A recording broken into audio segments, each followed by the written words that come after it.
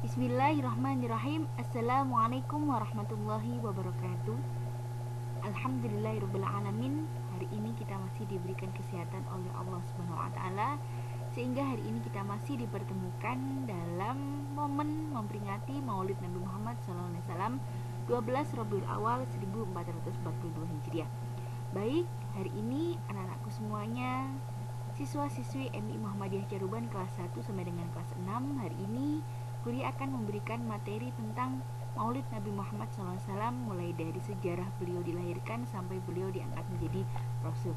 Silahkan disimak baik-baik materi kuliah hari ini. Baik, untuk yang pertama adalah tentang sejarah kelahiran Rasulullah SAW. Kuliah ingatkan kembali, mari kita belajar bersama-sama tentang sejarah Nabi kita junjungan Rasulullah Muhammad SAW.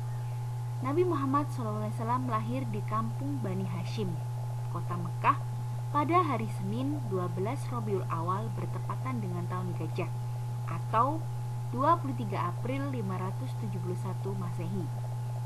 Beliau lahir 2 bulan setelah pasukan Gajah menyerang kota Mekah. Dalam perang tersebut dipimpin oleh Raja Abraha, yaitu seorang raja dari Abysinia atau sekarang yang disebut dengan kota Yaman. Perang tersebut terjadi karena Abraha merasa iri dengan perekonomian yang berada di kota Mekah, karena di sana terdapat Ka'bah yang lebih maju daripada kuil sesembahan yang ada di Yaman. Lebih banyak orang yang berziarah ke Ka'bah sehingga mendongkrak perekonomian kota Mekah dan membuat sedikit orang yang pergi ke kuil di Yaman. Raja Abraha menyerang Mekah dengan menggunakan pasukan gajah. Peristiwa tersebut diabadikan dalam surat Al-Fil yang menjelaskan bahwa ketika mereka memasuki Mekah, pasukan tersebut dihujani oleh batu yang dibawa oleh sekelompok burung Babil dan membuat pasukan tersebut gagal menyerang Ka'bah. Rasulullah Muhammad SAW lahir dari pasangan Abdullah dan Aminah. Abdullah adalah putra dari Abdul Muthalib, pemimpin suku Quraisy. Sementara Aminah merupakan putra dari Wahab, pemimpin dari Bani Zuhrah.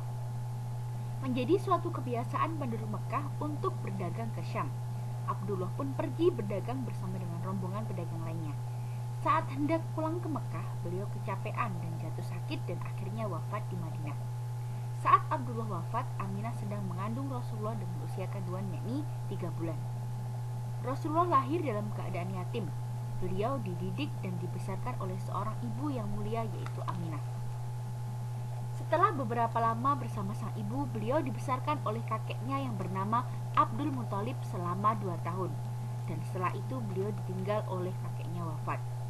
Pada usia 8 tahun setelah kepergian sang kakek, kemudian Rasulullah diasuh oleh pamannya Abu Thalib dalam keadaan fakir.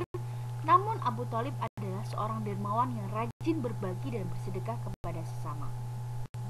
Nabi Muhammad SAW diangkat menjadi Rasul. Setelah tadi kita membahas tentang peristiwa kelahiran Rasulullah, sekarang kita akan membahas tentang kisah Rasulullah yang patut dijadikan teladan. Sebelum dijadikan Rasul, Allah telah memberikan anugerah keutamaan atau keistimewaan kepada Nabi Muhammad. Di antaranya yaitu diberikan wahyu pertama, yaitu surat Al-Alaq ayat 1 sampai dengan 4. Yang artinya, bacalah dengan menyebut nama Tuhanmu yang menciptakan. Dia telah menciptakan manusia dari segumpal darah. Bacalah, dan Tuhanmu lah yang maha pemurah, yang mengajar manusia dengan perantaraan kalam. Dia mengajarkan kepada manusia apa yang tidak diketahuinya. Wahyu pertama turun di Gua Hira ketika Rasulullah sedang berkhawat atau di. Yang kedua adalah wajahnya yang bersinar terang. Sinarnya pun mampu mengalahkan sinar rembulan, dan ini merupakan tanda kebesaran Allah yang menunjukkan Nabi terakhir dengan kemuliaan dan kedudukannya yang tinggi. Sekarang kita akan membahas tentang peristiwa penting saat Nabi Muhammad menjadi Rasul, yaitu yang pertama, melakukan dakwah secara rahasia. Yang menjadi pengikut pertamanya adalah Khadijah, Abu Bakar As-Siddiq, Zaid bin Harisah, Ummu Aiman, Ali bin Abi Thalib, dan Bilal bin Rabah. Mereka adalah orang-orang yang menjadi pengikut pertama Rasulullah setelah beberapa tahun melakukan kegiatan dakwah secara rahasia. Kemudian Allah memberikan perintah untuk berdakwah secara terang-terangan, yaitu tertera dalam surat Al-Hijr ayat 94. Sedangkan peristiwa yang kedua adalah peristiwa Isra Mi'raj yang membawa atau perintah turunnya sholat Alhamdulillah, mungkin itu materi sedikit tentang pengetahuan Maulid Rasulullah SAW. Semoga bermanfaat. Assalamualaikum warahmatullahi wabarakatuh.